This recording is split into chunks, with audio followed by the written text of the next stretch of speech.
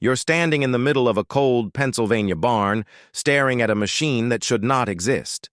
A thick, cast-iron flywheel turns slowly beside a brass cylinder darkened with age. The wood beneath it vibrates with a low, mechanical rhythm. There are no extension cords, no gasoline fumes, no solar panels on the roof, no batteries stacked in the corner. And yet the single bulb hanging overhead is glowing warm and steady, like it's connected to a modern power plant. The man who built the machine spent less than $100 putting it together from scrap parts, old farm equipment, and a motor pulled from a discarded treadmill. He's been running it for 11 years. No utility bill, no fuel deliveries, no hidden generator. Just a quiet, mechanical pulse in the corner of a barn outside Lancaster. The first time I saw it, I thought I was being fooled. I walked around the machine 3 times, looking for hidden wires. I checked beneath the workbench. I looked for a buried extension cord running through the wall. There was nothing. Only the steady rotation of that heavy iron wheel. And the old Amish craftsman standing beside it watching me smile the way a grandfather smiles at a child trying to solve a puzzle he already understands. What you're about to hear sounds impossible the first time you hear it. That is exactly why most people stop listening before they understand it. But stay with me, because buried inside old farm workshops, forgotten engineering manuals, and dusty county archives is a piece of knowledge America quietly abandoned nearly a century ago. A way of generating small amounts of continuous household electricity using nothing more than heat differences, mechanical momentum, and a set of design principles most engineering schools stopped teaching generations ago. This is not magic. This is not a perpetual motion machine.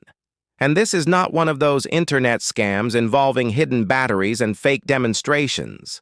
This is an old idea, an extremely old idea, one that rural communities preserved long after the rest of the country forgot it ever existed. I was 53 years old when I stopped believing the official story about energy. That year, my wife and I opened a power bill for $412. 2 people, 1 house, $412. I remember sitting at the kitchen table with a calculator while rain hit the windows outside. Added up 20 years of electric bills. The total came out to just over $63,000. $63,000 for the privilege of flipping a switch. That number stayed in my head for weeks, not because of the money alone, but because I realized something much worse. I had never once asked whether there was another option. A few weeks later, I drove out to see a furniture maker named Amish, who lived near Strasbourg. I had known him casually for years. Quiet man, steady hands, never in a hurry. When I pulled into his driveway, I could already hear machinery running inside the workshop. A table saw, a drill press, a belt sander. But there were no visible power lines connected to the building. That was the first thing that unsettled me. The second was when Amish opened the door. Every light in the shop was on. I asked him where the generator was. He laughed. Then he pointed to a machine sitting beneath the far workbench. At first glance, it looked like a piece of antique farm equipment someone forgot to throw away 50 years ago. Leather seals darkened from age. Leather seals darkened from age. Amish wiped his hands on a rag and said something I still remember word for word. Most people have been trained so thoroughly to rent energy they can't even recognize it when it's sitting in front of them for free. That machine was his version of what old mechanics in the community called a thermal draft engine. The name sounds complicated. The principle isn't. It works using 3 naturally occurring forces that already exist around your house every single day. Heat moving toward cold, pressure moving toward equilibrium, and momentum resisting interruption. The engine captures those 3 things inside a carefully balanced mechanical cycle. A heated chamber expands air. The pressure pushes a displacer piston. The piston transfers motion into a heavy flywheel. The flywheel stores rotational energy between strokes. The cycle repeats. Connect a low RPM alternator to the flywheel and you produce continuous electrical current. Not enough to power a factory, but enough to light rooms, charge batteries, run tools, keep refrigerators cold, and enough to make a homeowner start asking dangerous questions. The most dangerous question is not whether the machine works. The most dangerous question is why almost nobody has heard of it. That answer takes us back more than 100 years. In 1816, a Scottish minister named Robert Stirling filed British Patent 4081 for an engine powered entirely by temperature differences. Steam boilers during that period exploded constantly. Workers died. Factories burned. Stirling believed there had to be a safer way. What he created became known as the Stirling engine, a machine capable of converting heat differentials into continuous motion without combustion explosions. The industrial world admired the idea, then largely ignored it. Coal was booming. Steam infrastructure already existed, and centralized energy meant centralized profit. But out in rural communities, especially among Mennonite and Amish craftsmen, the idea never disappeared. By the 1920s, mechanics in Ohio and Pennsylvania had started modifying Stirling-style engines using farm-grade materials. One of them was a Mennonite blacksmith named Henry Borntrager from Sugar Creek, Ohio. Borntrager wasn't a famous inventor. He wasn't wealthy. He ran a forge behind his barn and repaired agricultural equipment for nearby farms. But according to several surviving accounts, he became obsessed with the problem of household independence. He believed a man should be capable of producing at least part of his own power. In 1931, he published a small 16-page pamphlet titled Plain Mechanical Power for the Plain Home. Most copies vanished decades ago. Some were burned for heat during winters. Others fell apart in workshops and machine sheds. But one surviving copy still exists in a private agricultural archive in Ohio. I held it in my hands.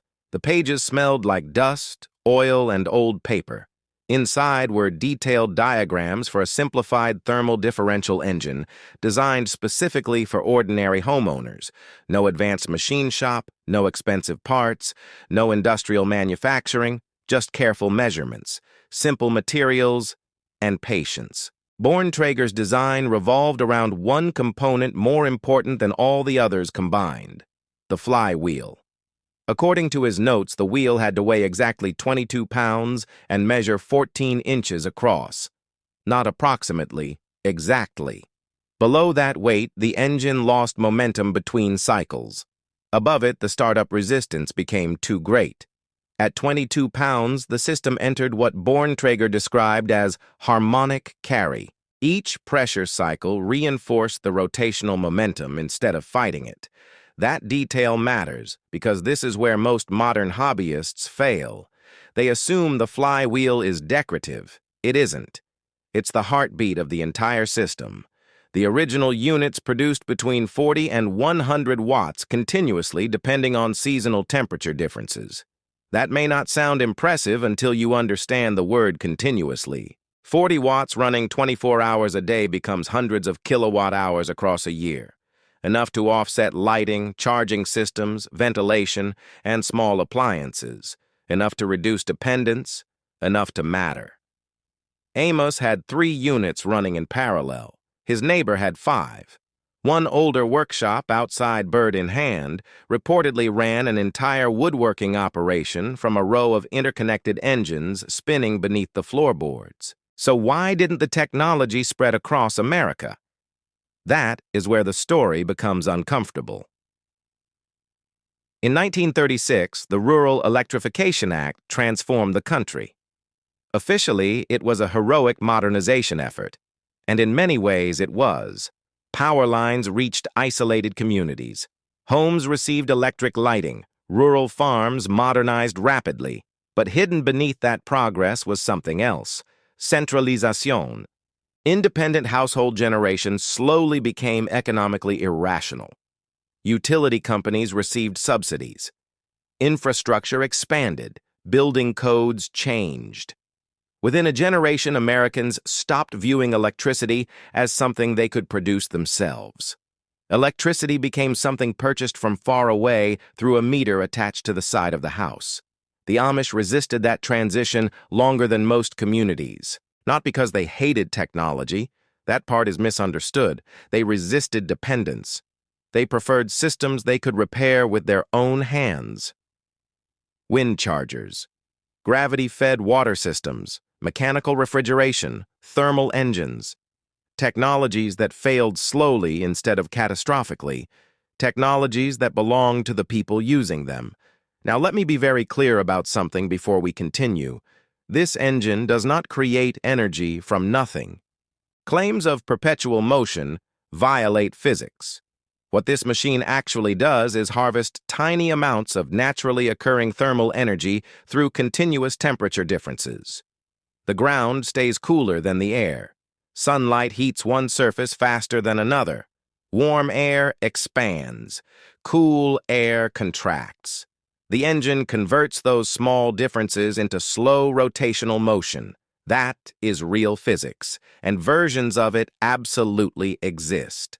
The exaggerated conspiracy claims surrounding these machines are where fact and folklore begin mixing together, but the underlying mechanical principles are genuine.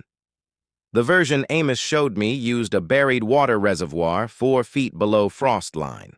The Earth, at that depth, stayed around 55 degrees year-round. The hot side of the engine sat near a stovepipe where temperatures regularly exceeded 90 degrees. That differential alone sustained the pressure cycle. The alternator attached to the flywheel came from an old treadmill motor wired in reverse. At low RPM, it produced steady DC current perfect for battery charging. And here is the part that fascinated me most. Nearly every component came from salvaged materials: old washing machine pulleys, discarded brass fire extinguishers, copper tubing from scrap yards, leather cut from worn horse tack. It looked less like modern engineering and more like something assembled by generations of practical mechanics, slowly refining the same design over decades. But the real secret was the seal.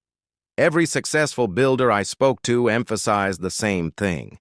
The seal determines whether the engine runs for 6 months or 60 years. Modern builders instinctively use rubber gaskets. That is usually a mistake. Rubber hardens under constant temperature cycling. Synthetic seals crack. Pressure leaks develop. Performance collapses. The Amish solution was older. Vegetable-tanned leather soaked in beeswax and rendered tallow. As the engine heated and cooled, the leather expanded and contracted naturally with the metal cylinder. Instead of degrading over time, the seal often improved. One surviving account claimed a properly treated leather seal operated continuously for nearly 3 decades before replacement. Whether that number is exact or not, the principle itself makes sense. Traditional materials were often better suited to slow thermal systems than modern synthetic ones designed for mass manufacturing. The deeper I researched these engines, the stranger the history became. I found references buried in agricultural journals from the 1940s, small advertisements for low-speed household generators, letters between mechanics discussing flywheel balance ratios, fragments of forgotten engineering culture that once existed quietly beneath mainstream industrial America. Most of it disappeared, not necessarily through conspiracy. Sometimes technologies vanish simply because larger systems become dominant. Cheaper mass infrastructure replaces local self-reliance. Knowledge fades, skills die with the people who practiced them, and eventually entire generations grow up believing certain things were never possible at all. In 1978, during the energy crisis, several researchers at Oak Ridge National Laboratory did examine small-scale thermal systems for residential efficiency applications. Most of the work focused on heat recovery and Stirling-based concepts. Very little reached the public in a form ordinary homeowners could understand. That vacuum of information helped create decades of myths, rumors, and exaggerated claims. But buried underneath the exaggeration was still a simple truth. Small thermal engines can work, not as miracle devices, not as infinite power machines, but as modest mechanical systems capable of generating limited useful energy from ordinary environmental heat differences. And for communities trying to reduce dependence, that mattered. One retired machinist I interviewed in Ohio told me something I wrote down immediately. "The grid made electricity abundant," he said, but it also convinced people they were helpless without it. That sentence stayed with me, because that is really what this story is about. Not free energy, not hidden magic, dependencia. The psychological shift that occurs when people stop believing they can build, repair, or understand the systems keeping them alive. Today, most homeowners would rather replace an appliance than open it. Most people under 40 have never repaired a motor. Many could not explain how electricity reaches their homes in the first place, but the old mechanics understood something modern culture forgot.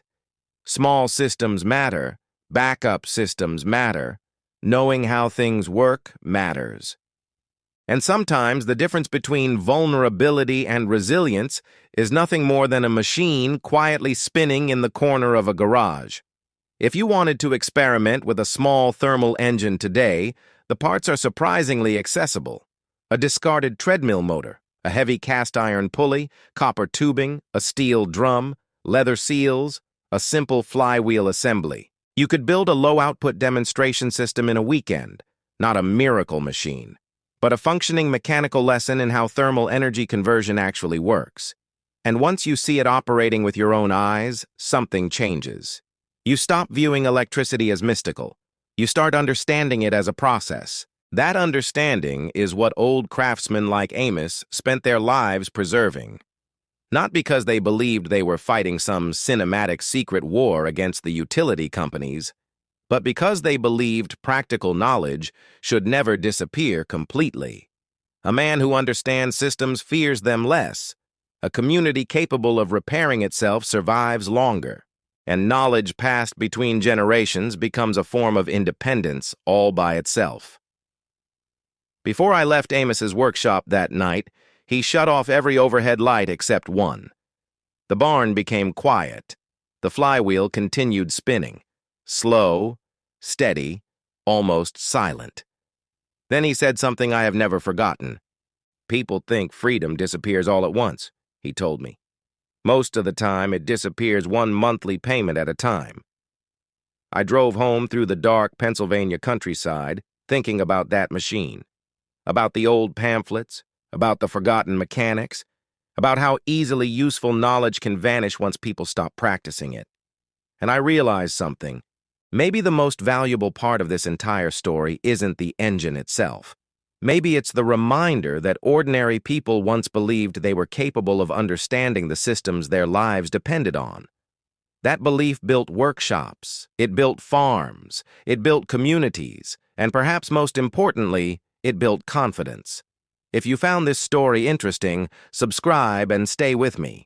Because next week we're heading back into Lancaster County to look at another nearly forgotten system preserved quietly inside old barns and machine sheds for generations. A water heating design that uses nothing but gravity circulation, copper pipe, and passive solar heat. No pumps, no electronicos, no complicated controls, just physics. The kind people used to understand instinctively before modern life convinced them every solution had to arrive inside a cardboard box with a warranty attached. Until then, keep asking questions. And the next time someone tells you ordinary people are incapable of understanding energy, mechanics, or the systems shaping their lives, remember the quiet little flywheel still spinning in a Pennsylvania barn long after the rest of the world forgot how to build it.